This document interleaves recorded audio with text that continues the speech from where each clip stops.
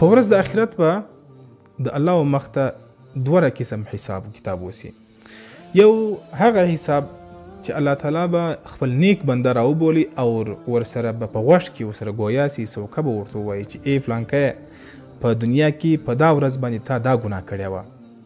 دی به ورته وایي چې بلکل ما دا ګناه کړې وه. الله وایي په هغه ورځ باندې ما پر دې ګناه باندې پرده در اچولې وه، خلکو ته مې د خلکو څخه مې دا ګناه پټه کړې وه چې ته دا ګناه کوې.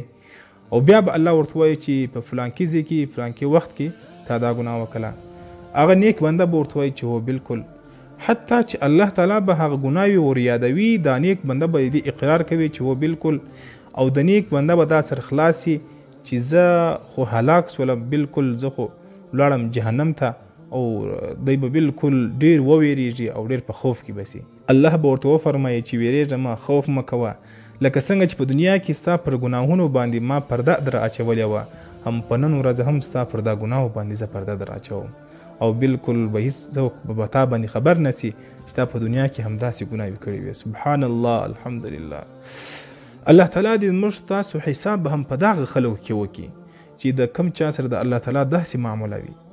او الله اکبر. دویم قسم هغه دی چې الله تعالی به خپل ګناهګار بنده راوبولي او ورته ووایي چې تا داسې فلان دې دا ګناه دې کړې وه، او د هغه ګناهګاره بنده ګناه به عام او عوام ته به هم ښکاره سي. دی به د مور و پلار په مخ کې ولاړ وي، د خپل خاندان په مخ کې به ولاړ وي.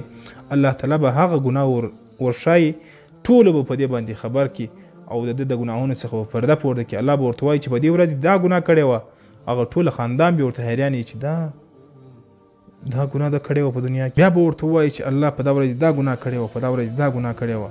او الله تعالی به بوځي جهنم ته. الله تعالی دې موږ د دې خلکو څخه محفوظ وساتي. خدای پاک دې موږ حفاظت وکړي دې قسم خلکو څخه. نو وس دا دنیا ده، هم د خپل وس مطابق تاسو کولی شئ چې نیکي وکړئ، تاسو کولی شئ چې د قرآن لمونه ونیسئ، د محمد لمونه ونیسئ، د صحابه لاره ونیسئ. هم په دا خاطر باندې د خپل وس مطابق څومره تاسو پر اسلام باندې عمل کوئ، نو به په آخرت کې الله تعالی د هغه مطابق تاسو سره حساب کتاب کوي. الله تعالی دې موږ ته پر دې باندې د عمل کول توفیق را نصیب کړي.